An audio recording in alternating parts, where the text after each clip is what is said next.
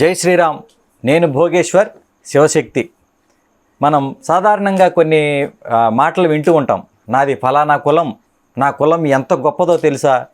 నాది ఫలానా జాతి, నా జాతి ఎంత గొప్పదో మీకేమైనా తెలుసా? నా కులం కోసం, నా జాతి కోసం నేను ఏం చేయడానికైనా సిద్ధమే, అవసరమైతే నా ప్రాణాలు సైతం ఇవ్వడానికి సిద్ధమే అని అనేవాళ్ళని మనం చాలామందిని చూస్తుంటాం. నా జాతి అంత గొప్పది, నా కులం అంత గొప్పది అని చెప్పే వ్యక్తులు వాళ్ళ జాతిలో లేదా వాళ్ళ కులంలో ఒక అమ్మాయికి ఏదైనా ఇతర కులస్తులు లేదా ఇతర మతస్థుల నుంచి ఆపద వస్తే కనుక జరిగింది నా కుటుంబంలో కాదుగా, ఒకవేళ నా కుటుంబంలో కనుక ఇలాంటి సిచ్యువేషన్ జరుగుంటే నేను ఎంత దాకైనా వెళ్తాను, అవసరమైతే వాడి ప్రాణాలైనా తీసేస్తాను అని జల్లగా జారుకునే పరిస్థితిలోకి వెళ్ళిపోతాడు. ఇది కులాల పేరుతో డబ్బా కొట్టుకునేటువంటి వాళ్ళ పరిస్థితి. 100 మంది బ్రిటిష్ సైనికులు తుపాకీలు పట్టుకుని అల్లూరు సీతారామరాజును చుట్టుముట్టి కాళ్లపైన చేతులపైన కాలుస్తుంటే, అరే అక్కడ కాదురా కాల్చాల్సింది, నా గుండె ఇక్కడుంది, ఇక్కడ కాల్చండి అని చెప్పినటువంటి అల్లూరి సీతారామరాజు వారసులైనటువంటి అడవి పుత్రులు ఇప్పుడు నేను చెప్పబోయే కథలో పారిపోలేదు. తన జాతిలో ఒక అమ్మాయికి జరిగిన పరాభవాన్ని తన ఇంట్లోదిగా భావించి ఒక అమాయక గిరిజన మహిళపై అత్యాచారానికి పాల్పడిన వాడిని ఇంటిని, అలాగే వాడి కమ్యూనిటీకి సంబంధించిన అన్నిటి షాపులని ధ్వంసం చేసి ఒక రకంగా చెప్పాలంటే వీరంగమే సృష్టించారు. ఆ విషయం ఏంటో చెప్పే ముందు ఒకసారి ఈ వీడియో చూడండి. మహిళను అత్యాచారం చేసి దాన్ని ఒక యాక్సిడెంట్ కేసుగా మార్చి చిత్రీకరించి ఈరోజు ఆదివాసి ప్రాంతంలో ఉంటూ మాతోనే ఉంటూ మేము లేకపోతే వాళ్ళ జీవితమే లేదు, అలాంటి ప్రాంతంలో వాళ్ళు మా ఇంట్లో ఉండి మా కొడుకుని మా మీద బ్రతికేటటువంటి వాటి వ్యక్తి ఈ రోజు మా మహిళల పైన అత్యాచారాలు చేస్తూ ఉన్నారంటే, ఈ రోజు జైనూరులో ఒక్క మగ్దుమే కాదు, ఇలాంటి మగ్దుములు జైనూరులో చాలా మంది ఉన్నారు. లవ్ జిహాద్ల పేరుతో ప్రత్యేకమైన ఆదివాసీ అమ్మాయిలను దృష్టిలో పెట్టుకొని అమ్మాయిలకు లవ్ జిహాద్ల పేరుతోని లవ్వులో మభ్యపెట్టి వీళ్ళంతా మా అమ్మాయిలను తీసుకెళ్లిపోతున్నారు. కాబట్టి మేము ఒకటే డిమాండ్ చేస్తా ఉన్నాం. ఈ రోజుకిన మగ్దుమ్ని పోలీస్ డిపార్ట్మెంట్ కావచ్చు, అధికార యంత్రాంగం ఎవరైనా కావచ్చు, పొలిటీషియన్ కావచ్చు, పోలీస్ డిపార్ట్మెంట్ కావచ్చు, ఏ అధికారులు అయినా కూడా సరే ఈ రోజు వాడిని ఉరి తీయాలని కూడా మేము ఈ సందర్భంగా, ఒకవేళ వాడిని ఉరి తీయకపోతే ఆదివాసులు ఏంటిదో చరిత్రలు బాగున్నాయి, ఆదివాసులకు మరో చరిత్ర మేము ఈ జైనూరు నుంచే తీసుకొస్తామని కూడా ఈ సందర్భంగా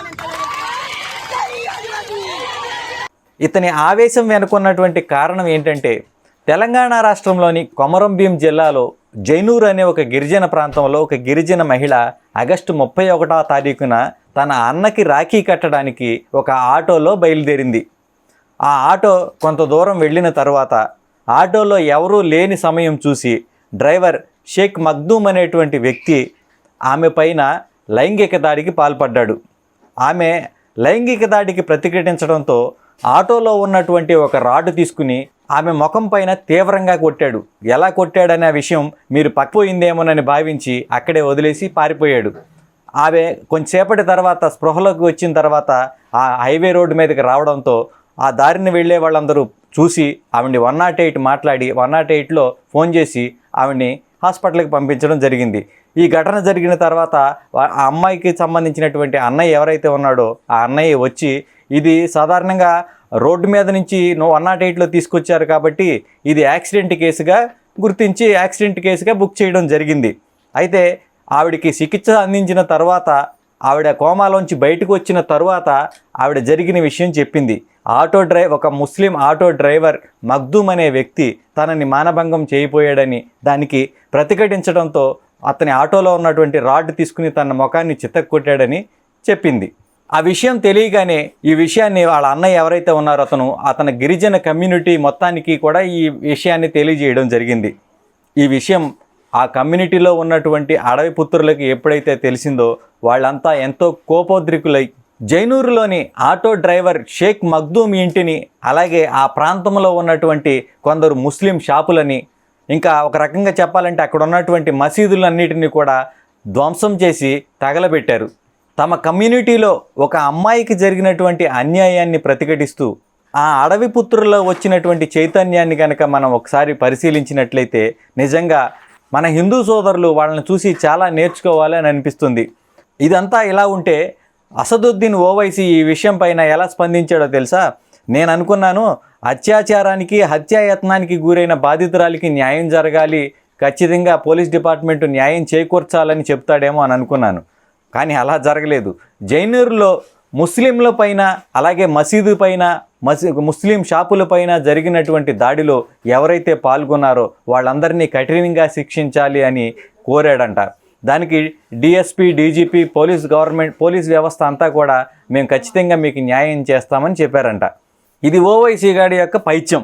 కాబట్టి నేను చెప్పేది ఏంటంటే కుల సంఘాలు పెట్టుకుని రాజకీయ నాయకుల కోసం బానిసలుగా మారిపోకుండా మీ జాతిలోని మీ కులంలోని అమ్మాయిలని లవ్ జిహాద్ పేర్లతోనూ లేదా లవ్ క్రూసైడ్ల పేరుతోనూ ఇతర మతాల వాళ్ళు ఏ విధంగా ఎత్తుకుపోతున్నారో, ఏ విధంగా అత్యాచారాలు చేస్తున్నారో గమనించి మీ ఆడబిడ్డలను కాపాడుకునే ప్రయత్నం చేయండి. లేదా మీ జాతి ఉండదు, మీ కులం కూడా ఉండదు. ఈ కొమరం భీం జిల్లా జైనూరులో తమ ఆడబిడ్డపై చెయ్యి వేస్తే తమ సత్తా చూపించి తెలంగాణ రాష్ట్రం మొత్తాన్ని కూడా ఒక కుదిపిన ఆ అడవి బిడ్డల ఆదివాసీల మనోధైర్యము, వాళ్ళ పోరాట పటిమ, వాళ్ళ యూనిటీ యావత్ భారతదేశం స్ఫూర్తిగా తీసుకుని మనపై జరుగుతున్నటువంటి తీవ్రవాద దాడులను సమర్థవంతంగా ఎదుర్కొని పోరాడి ఈ దేశ విచ్ఛిన్నకర శక్తులను పొలిమేరల వరకు తరిమి కొట్టాలి. నిరసనలు తెలియజేయడం వల్ల ప్రపంచ దేశాలలో అలాగే మన ఇతర రాష్ట్రాల్లో కూడా సానుభూతి వస్తుందేమో కానీ న్యాయం మాత్రం జరగదు. మీపైన దాడులు కూడా ఆగవు. ఒక్క విషయం నాకు అర్థం కావటం లేదు. అక్కడ బెంగాల్లో కానీ బంగ్లాదేశ్లో కానీ హిందువులపైన అత్యాచారాలు జరుగుతున్నాయి, హిందువులను చంపేస్తున్నారు, హిందువులను నడి రోడ్డు పైన నరికేస్తున్నారు అనే వార్తలు మనం చూస్తున్నాం.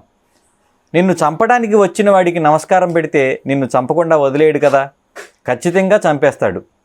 అలా తెలిసినప్పుడు నిన్ను చంపేసిన తరువాత నీ శవయాత్రతో పాటు అవతలివాడు ఒకటో రెండో శవాలు నీ శవంతో పాటు కలిసి వచ్చేలాగా ఎందుకు పోరాడలేకపోతున్నారు? 1కి 1, 2కి 2, 3కి 3 ఇలా నీతో పాటు వచ్చిన వాడిని తీసుకెళ్ళగలిగితేనే, ఇలా ఇస్తేనే ఈ లెక్కలన్నీ కూడా సరవుతాయి. అందుకనే మన హిందువులందరూ కూడా ఈ లెక్కలన్నీ కూడా బాగా నేర్చుకోవాలి అని కోరుకుంటూ జై శ్రీరామ్, భారత్ మాతాకి జై.